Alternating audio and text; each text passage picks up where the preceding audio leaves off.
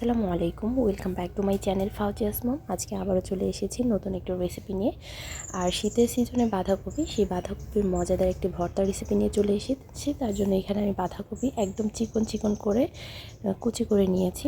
চেষ্টা করবেন যতটা চিকন করে কুচি করা যায়। তারপর আমি এগুলোকে ধুয়ে ভালো করে পানি ঝরিয়ে তারপর ভাপিয়ে নিয়েছি, মানে একটু সেদ্ধ করে নিয়েছি। খুব বেশি সেদ্ধ করিনি, কারণ বাঁধাকপি এমনিতেও খাওয়া যায়। তো এবারে আমি একটা ফ্রাই প্যানে সামান্য একটু সরষের তেল দিয়েছি আর সামান্য লবণ দিয়ে রসুনের কোয়া দিয়েছি। দিয়ে এগুলোকে এপিট ওপিট করে লাল লাল করে ভেজে তুলে নিচ্ছি। এর মধ্যে দিয়ে দিচ্ছি কাঁচামরিচ ফালি করে। এই কাঁচামরিচটাও কিন্তু এর মধ্যে খুব সুন্দর করে ভাজা হয়ে যাবে।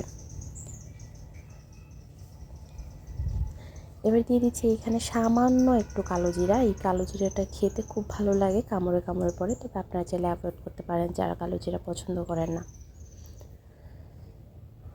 কালো জিরাটা কিছুক্ষণ একটু নেড়েচেড়ে ভেজে নিয়ে উঠিয়ে নিচ্ছি। এবার সেই একই প্যানে যে লবণ আর তেল রয়েছে সেইটার মধ্যে আমি দুটো টমেটো ছোট ছোট করে টুকরো করে কেটে দিয়ে দিয়েছি। আর এটাকে সেদ্ধ করে নিচ্ছি একদম খুব সুন্দর করে। যখন গলে যাবে তখন আমি এটাকে উঠিয়ে নেব। তবে এখানে কোনো রকম পানি অ্যাড করা যাবে না, এতে করে কিন্তু ওটা নরম হয়ে যাবে। এবারে আমি ভর্তাটা মাখাতে যাচ্ছি। তার জন্য এখানে আমি শুকনো মরিচ আগে ভেজে রেখেছিলাম। শুকনো মরিচটা সামান্য লবণ দিয়ে আমি চটকে নিয়েছি। তারপর রসুন কাঁচামরিচ চটকে নিয়েছি। এদিকে কাঁচা পেঁয়াজ নিয়েছি আর পেঁয়াজটাকেও ভালো করে চটকে নিচ্ছি একসাথে, আর ধনিয়া পাতা কুচি। এবারে আমি যে টমেটোটা সেদ্ধ করে রেখেছি সেই টমেটোটাকেও এটার সঙ্গে একসঙ্গে মেখে নিচ্ছি।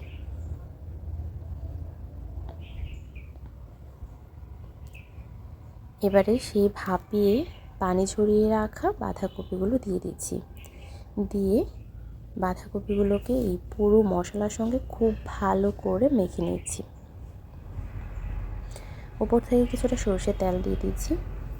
ভর্তা মানে সরষের তেল।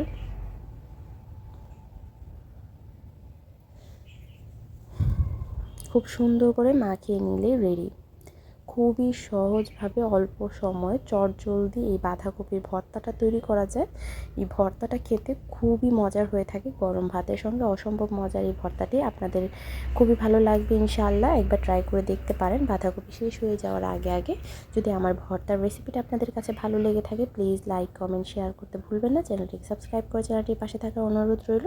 আর পেজটিকে ফলো দিয়ে পাশে থাকা অনুরোধ রইল। ধন্যবাদ সবাইকে, ভালো থাকবেন সবাই। দেখা হবে নতুন কোনো রেসিপি নতুন কোনো ভিডিও নিয়ে। আমি আবারও চলে আসবো আপনাদের সামনে। আজ এ পর্যন্তই। আল্লাহ হাফেজ।